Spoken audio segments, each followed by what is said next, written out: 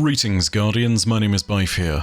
Another week, another video that's a mix of both story critique for the narrative team at Bungie and also a review of what happened for everyone else. I'm going to say all of this right now. Firstly, there are spoilers in this video. Go ahead and play the seasonal story this week. It's got some things. Secondly, I will be talking about The Thing. The topic of what fuels it is going to be its own video if you get my drift. That'll be tomorrow. I have that script done. It is getting recorded right after this one. It will be ready for Thursday. So, yeah, that's a real spoilers start from here on out. You've been warned. Let's start with a breakdown of the critique, and then we'll talk about what happened in more depth. Oh, and by the way, if you want the timestamp for when the story begins, yeah, you may want to skip the critique section if you're just here to get a lowdown on everything that's happening. Just go ahead and click the timestamp on screen. Martin will leave one for you. This week's story was a little bit odd because it felt a little bit like it was the inverse of last week's story. Last week was packed with story stuff, but also it cut out a lot of the filler mission content that normally fills up a week. What we got in that week was relevant, but it did make me crave something that gave it a little bit more filling, and not the kind of filling that we got this week. I was craving a kind of bespoke mission design. And this week, yeah, the thing that I didn't want immediately happened, and Bungie started and said, hey, here's your quest step, get tithing, go to the Altars of Summoning. I criticized that last week. I don't think it's great design to immediately funnel people into the seasonal activity over and over and over again. Then again, this is the first time it's actually been directly stated that you must do this. And you know what? It is the first time this season, at very least, that it's been done in such a cut and dry manner. There is a good narrative reason for it there. I mean, you know, this aspect of our busy work week by week is important because, yeah, we do need to tithe to Eris, narratively speaking. But I feel like there are more inventive ways to go ahead and do this, and, I mean, later on we do actually get that, but that's not the point for the moment. The point is that we've had story missions to go ahead and do new encounters in the Altars of Summoning, and Savathûn's Spire has had missions where we've been forced to go on it, but it's been these moments where it's changed, and it's clearly transitioned. There's new dialogue, there's new features to it. Something feels like it's evolving every week. And these first 5 rounds of Altars of Summoning don't really do that for me. Either way, it's not saying that every single week needs to be this constant evolving piece, but the idea that the narrative is moving is something that you should be able to communicate throughout all of the different quest steps you have, and it's really nice when a quest step doesn't just feel as though it's busy work to keep you around. It's good to know that there is something tangible happening there that has a real narrative reason. Now again, that is asking kind of a lot. Getting bespoke dialogue and a specific boss structure or different missions, you know, that's going to make the story feel really great, but it is also more work to go into these things, and if you've heard me talk about the narrative side of things alone, as in the literal narrative being spoken by voice actors, you know that I've talked about localization, you know that I've talked about how much of a task that is alone. Yeah, it's a whole lot.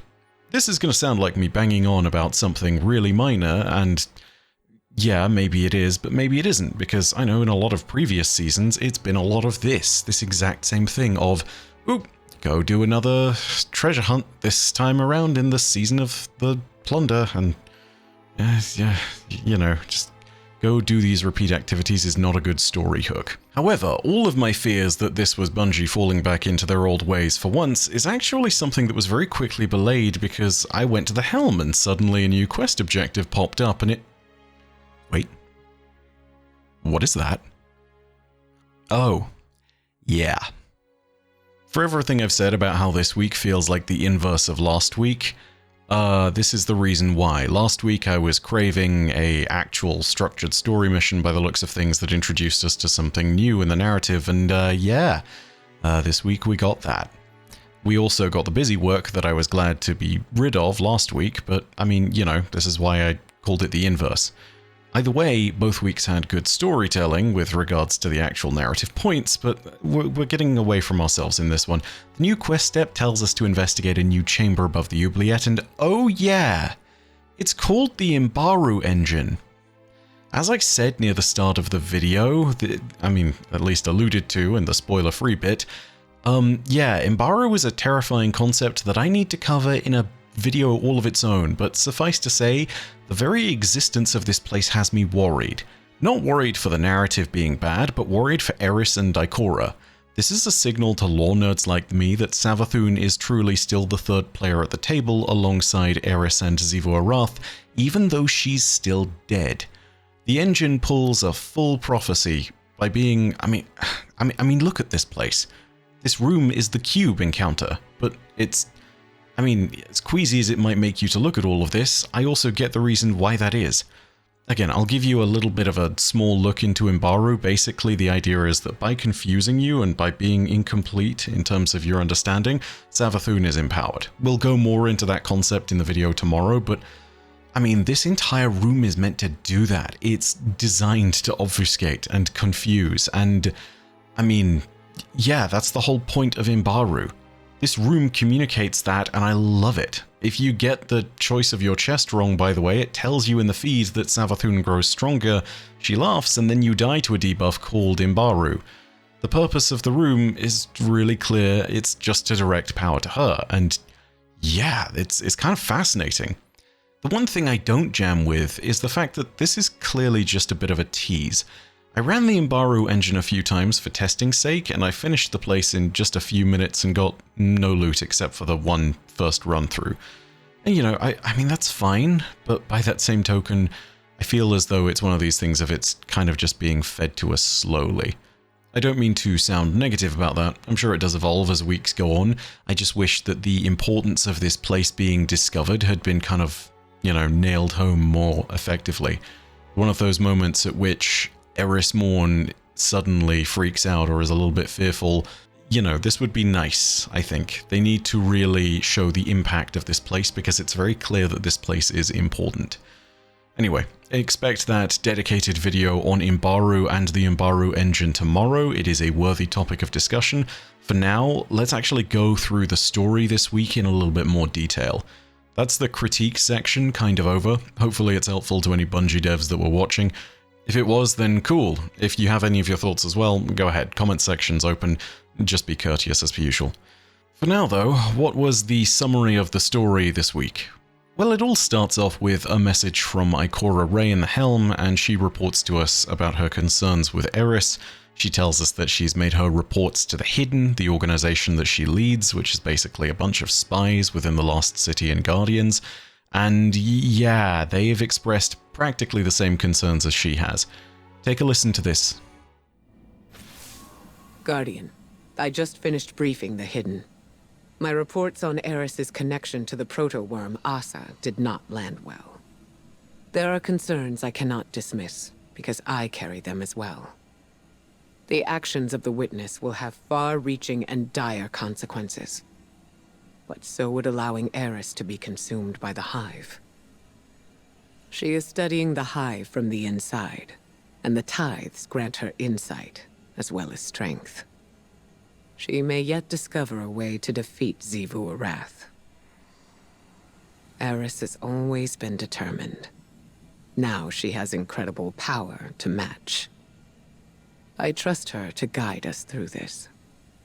But I fear she may not know when to stop, or even want to. The only thing we can offer her now is support. That is why I need you at her side. Continue your tithes, Guardian, for without them, we are lost. It seems like everyone is concerned about Eris at this point, although concerned about Eris and concerned for her is probably an important distinction. We know the choice is an impossible one, let the witness win or simply allow Eris to continue with this so that we can get the knowledge we need to pass through the portal. But I think we also now need to contemplate the cost of this endeavor. There have been dozens who've probably reported their concerns with the behavior of Eris, and whilst Ikora trusts Eris's loyalty and motives, I imagine that same trust can't be found with, say, Elsie Bray, or Arno Mahal, or even Commander Zavala.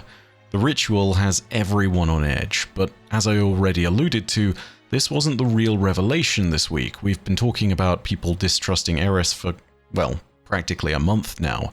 The real revelation all started when we finished up our tithes and had to sit and speak with Imbaru. Take a listen to what he had to say. Also, this contains a surprise recording from an old friend. I've got something for you. Savathun said if you ever got this far, I should play back one of her predictions. Not that you deserve it, but she's almost rooting for you. My realm holds secrets within secrets. If they're able to use their light and dark to peel away the illusions, then they've been paying attention. Power corrupts, of course. And when those fuss-budget guardians get all twisted up in deep magics and hive rituals, that's when things really start to get weird. I can't wait to see what they're capable of. So, there you go. A little pat on the head from Savathun. I know you Vanguard types thrive on positive reinforcement. Me? I figure Xivu's gonna squish Eris like a greasy little bug. Then we're all doomed, of course. But at least it'll be fun to watch. Yet again, Immaru is alluding to the idea that we've been playing into Savathun's hands the entire time. This has been his MO from day one. It's been to divide and conquer us. The idea that we're all doomed in our conflict with Xivu Arath has been a very effective tool for him to use, and so has the idea that he's planted in some of our heads to sow doubt that we're just serving Savathun's interests. And, you know, we might be, but by that same token, there's no way for us to know currently until all of this pans out. But how could we possibly be serving Savathun's interests? Well, I think that might be shown off in the very next quest step. We go to speak with Eris Morn and Ikora in the Athenaeum, the small bit of Savathun's throne world that Eris has carved out for herself, and this is where we get an in-depth conversation about where these answers might come from. But we also get a bit of an interesting tangent on the meaning of something that has been asked quite a few times this season. Have you ever wondered what Ayat means? Here you go, take a listen to Eris. She explains it pretty perfectly. By your incursions into Savathun's spire, the Witch Queen's experimentation is revealed, and her secrets lie open to us. Your progress is impressive. Hive magic intertwined with the light. You master it with each breach of the spire. But don't lose sight of our goal. Xivu Arath is still our greatest threat, and tithing to Eris has its limits. We have not yet reached them. You frighten the Hive. Again and again you show them that their understanding is incomplete. You have heard me utter their invocation, Ayat. It means that which is said must be so. It is a conclusion. A halmos that marks the preceding argument as demonstrated true. Think of it as a mathematical proof. You are the logic that demonstrates it, and we are the truth it infers. Ayat.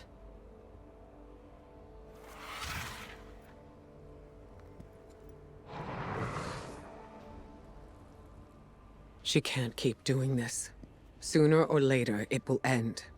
Remember, you're in control of when it does.